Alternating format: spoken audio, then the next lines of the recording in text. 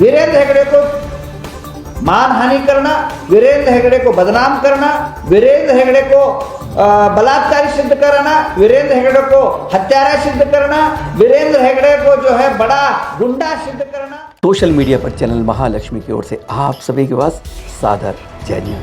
10 लक्षण उत्तम पर्व अनादि पर्व के साथ सादर जय जय करने की जरूरत। पर सबसे पहले खुशखबरी बता दें, फिर करेंगे चिंता की बात। जो बिटिया निकाह करने जा रही थी, कहते हैं जागृति करो जगाओ, तो कहीं ना कहीं वापसी हो जाती है।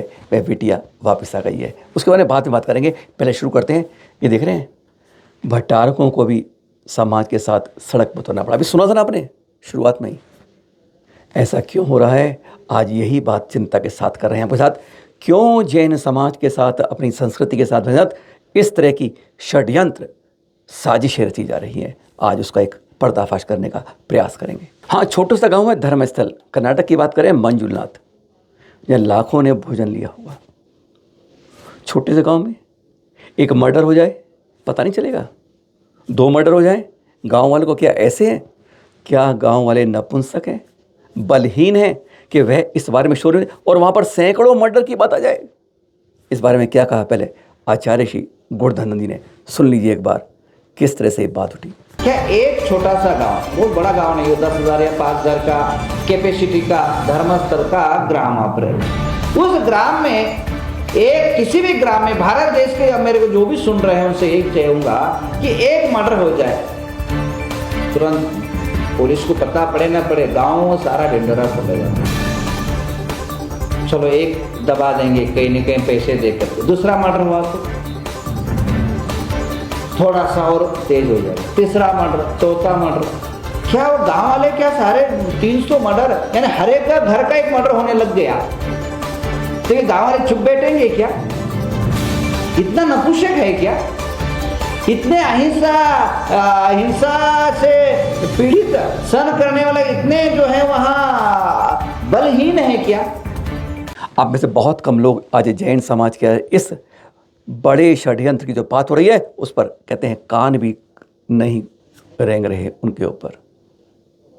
अफसोस ये है, एक नकाब पोशाता है अदालत के अंदर और कहता है कि मैं 12 साल मैंने धर्मस्थल यानी मंजुनाथ में काम किया है और वहां पर सैकड़ों की हत्या बलात्कार के बाद योजना करी गई है।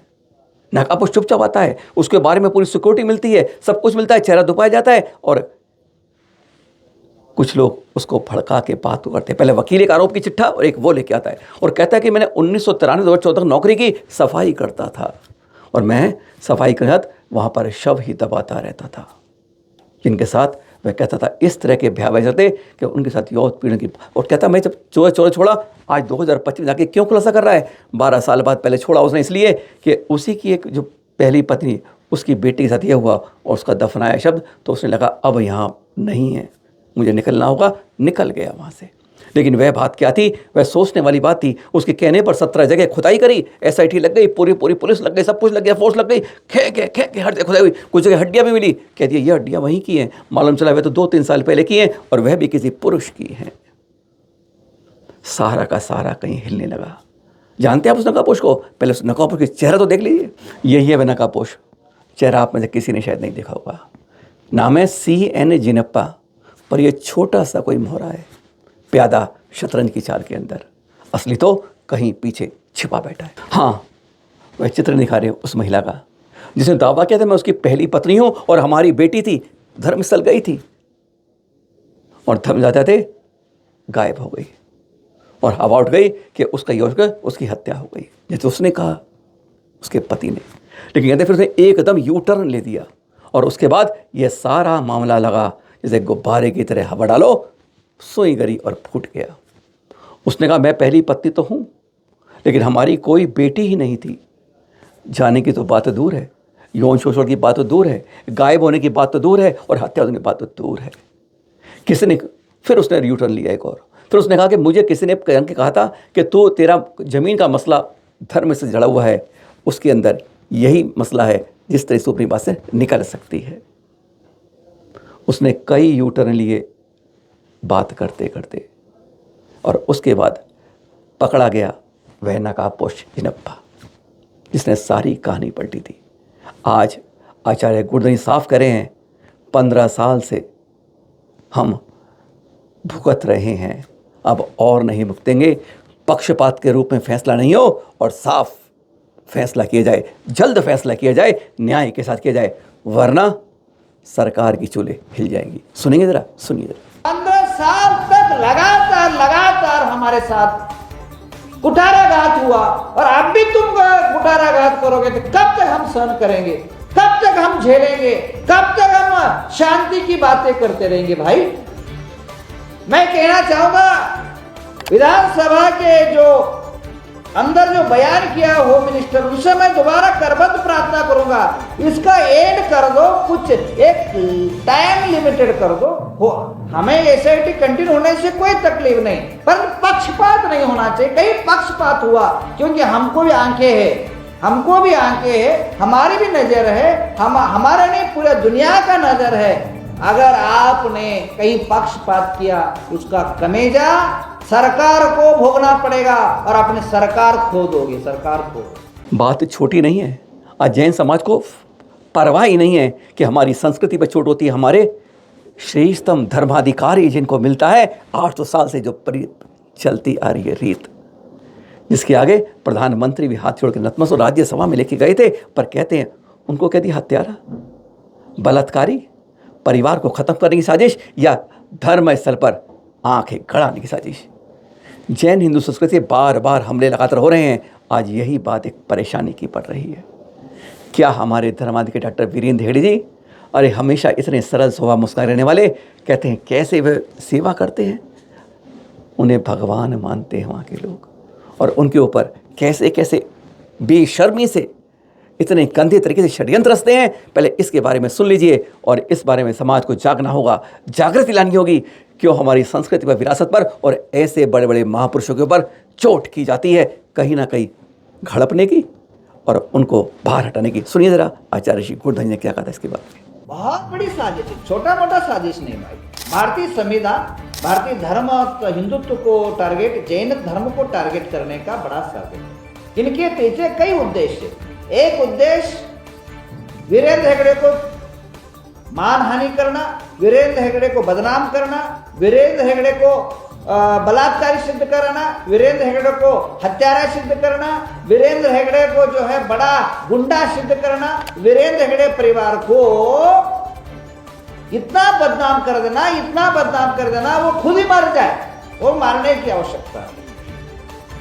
उसके बाद और साजिश है कि जो वीरेंद्र हेगड़े जिस बहुत ऊंचे पोस्ट पर बैठे, एक धर्माधिकारी पोस्ट पर बैठे, एक बहुत अच्छे पोस्ट पर बैठे, उस पोस्ट से उनको पदच्युत कराना, ये इनके अंदर षड्यंत्र था।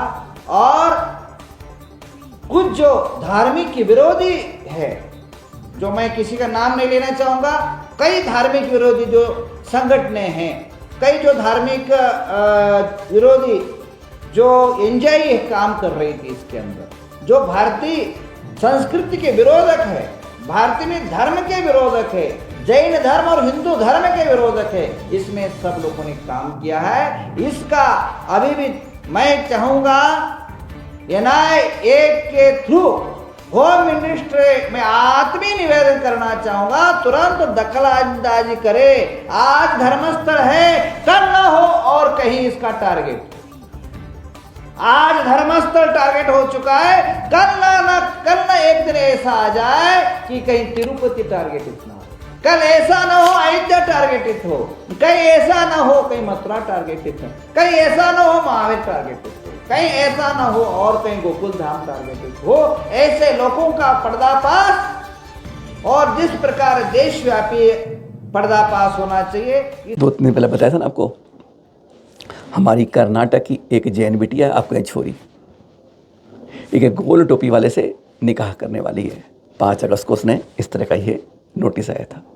क्योंकि कहते हैं आप जागृति लाओ, आवाज़ पहुंचाओ। हिंदू संगठन हमारे साथ कई बार सहयोग करते रहे हैं, हर कोई करता है कि धर्म परिवर्तन की आड़ में क्यों जैनों को और हिंदू लड़कियों को घसीटा जाता है। राजेंद्र मनोज जी ने काम कर दिखाया, तस्वीर देख रहे हैं पूरी रात। कहते हैं बिटिया वापस लौट आई, कहाँ जाती सोच लीजिए। बस जागरूक रहिए, परिवार संस्कार करिए, बेटे बेटी को समझाइए, और पर कहीं लगे गलत तो आवाज़ इस तरह से दीजिए कि जहाँ तक पहुँच के सामर्थ्य हो वहाँ काम हो जाए। बेटिया वापस आ गई। बहुत बहुत बहुत धन्यवाद, शुभकामनाएं और धन्यवाद राजेंद्र जी का, जिन्होंने इसमें पूरी तरह से प्रमुख महत्वपूर्ण पहल करी। आज के उत्तम तप से पहले कल था उत्तम संयम का दिन। देख रहे हैं, ये अयोध्या से दिखा रहे हैं गढ़नी यारिका ज्ञानमती माता जी। क्या उम्र है, 90 के दशक में पहुंच चुकी हैं और अब भी ये देखिए। कल उत्तम संयम का दिन था, धूप में था, तो उन्होंने कहा स्वास्थ्य नहीं है बिल्कुल ठीक, हालत ख़राब चल रही है, पर उन्होंने कहा नहीं, मैं दर्शन करूंगी जितने यहाँ पर अपनी बड़ी मूर्ति में रायगंज में जितने मंदिर हैं। देखिए उनके दर्शन करते हुए गजब के दृश्य थे। यानी इतने अंदर अब भी शक्ति सामर्थ्य है कि लोग चलो मैं दर्शन के बगैर नहीं रह सकती। हमें सूचना दी संजय पापड़ीवाल जी ने महाराज से कि मैंने कल उनको आहार दान दिया था, है ना, अच्छी बात। और कहते हैं बहुत समय बाद थोड़ा सा उन्होंने लिया, एक चित्र आपको दिखा रहे हैं। सबसे बड़ी बात तो अब देख रहे हैं आप, कहते हैं खड़े होने की स्थिति नहीं है, ज़्यादा देर बैठ भी नहीं पाती हैं, और देखिए लेटे लेटे जब रहती हैं तो तब भी जाप लगातार निरंतर बगैर रुके चलता रहता है। धन्य है ऐसी, आप कहें इस धर्म के अंदर वीरांगना है, जिन्होंने कल्याण के भूमि को कैसा कर दिया। और देखिए आज भी इस समय में स्वास्थ्य नहीं है साथ, लेकिन जप लगातार जारी है। यह है जाप दर्शन की महिमा। देखिए गढ़नी यारिका ज्ञानमती, धन्य है हम सब, वंदन करते हैं, वंदामी करते हैं माता श्री को। अभी एक पोस्ट दिखाई थी 2 दिन पहले आपको एतार से कि आचार्य श्री का आहार नहीं हो पा रहा है, जो करता था वह चला गया है। इस बात की जानकारी किसी ने आचार्य जी को दे दी।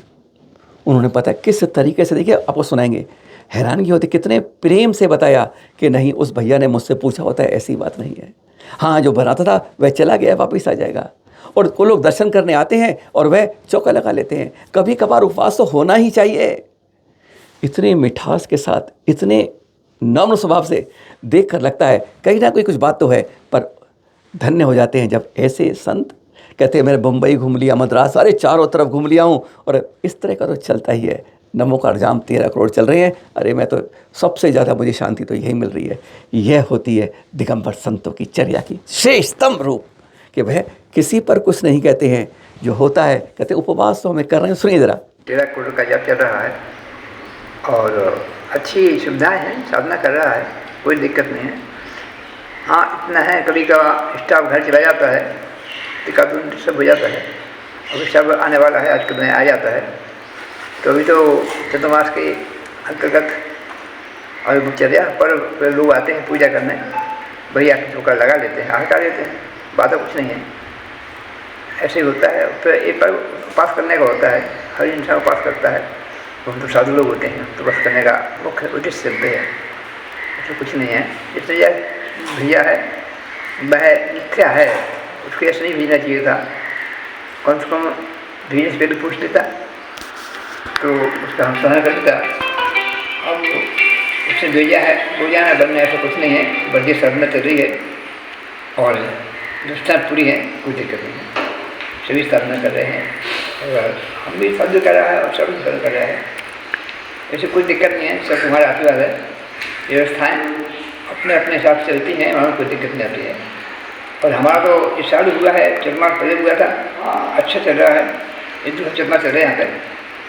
और यहाँ तो आगे क्या होने का है आगे बताएगा। अगर समाज से दे देगी तो हमें काम बढ़ा सकता है, वरना ध्यान देते हैं आप ना आगे बढ़ करें, ऐसा हमारा उद्देश्य है। और उद्देश्य हमारा साधना करने का है, अब करने का है।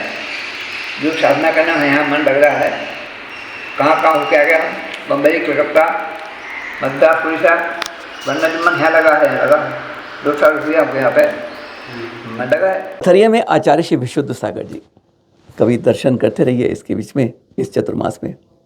चलन महालक्ष्मी को तीसरे में सौभाग्य मेला 2 बार करने का कुछ समय पहले भी गए थे। उनको 1,05,000 किलोमीटर हवाई जहाज से नहीं, रेलगाड़ी से नहीं, बस से नहीं, कार से नहीं, साइकिल से नहीं, पैदल यात्रा कर चुके हैं। यह पग यात्रा सोचिए 1,05,000। देख रहे हैं USA बुक ऑफ रिकॉर्ड ने उन्हें अपने को गौरवान्वित किया, उनको इस तरह से सम्मानित करके। ये सम्मान उनका नहीं, ये तो उसका होता है जो सम्मान के लिए कहते हैं अपने चरणों में वंदन करता है। धन्य है ऐसे संत जिन्होंने 1 लाख से ऊपर किलोमीटर से पग विहार किया है। यहाँ तो कहते हैं 500 चलने के लिए भी कहीं जाना पड़े तो गाड़ी, स्कूटर, बाइक कुछ भी निकल के बाहर आ जाता है। आज हमारे इंसानों, हमारी टांगों में इतना दम नहीं है कि चंद मीटर चल जाएं, वो लाख किलोमीटर चलती है। एक चित्र दिखा रहे हैं आपको, इन्होंने पोस्ट किया सिद्ध स्वरूप जैन फिरोजाबाद से। कितनी अच्छी बात कि वर्तमान में इस समय 10 लक्षण चल रहे हैं। किसी को शुद्ध भोजन नहीं मिल पा रहा है, चिंता मत कीजिए, आप हमारे घर पे आइए, आपको हर समय हम आपको शुद्ध भोजन देंगे। ऐसी ऐसी जगह पर अगर ऐसे ऐसे लोग मिल जाएं जगह जगह, शहर गाँव के अंदर, तो कहते हैं क्या कहने की बात। शुद्ध भोजन, आपको कहीं तकलीफ होती है, हमारे घर में आइए, हमारा चौका आपका स्वागत करेगा। धन्य है ऐसे लोग। जाते जाते चित्र देख लीजिए, देख रहे हैं आप, ये chief secretary of Madhya Pradesh, मुख्य सचिव मध्य प्रदेश के अनुराग जैन जी, जिनका कार्यकाल 1 साल और बढ़ा दिया गया है। अच्छी बात, सादर जय जिनेंद्र के साथ।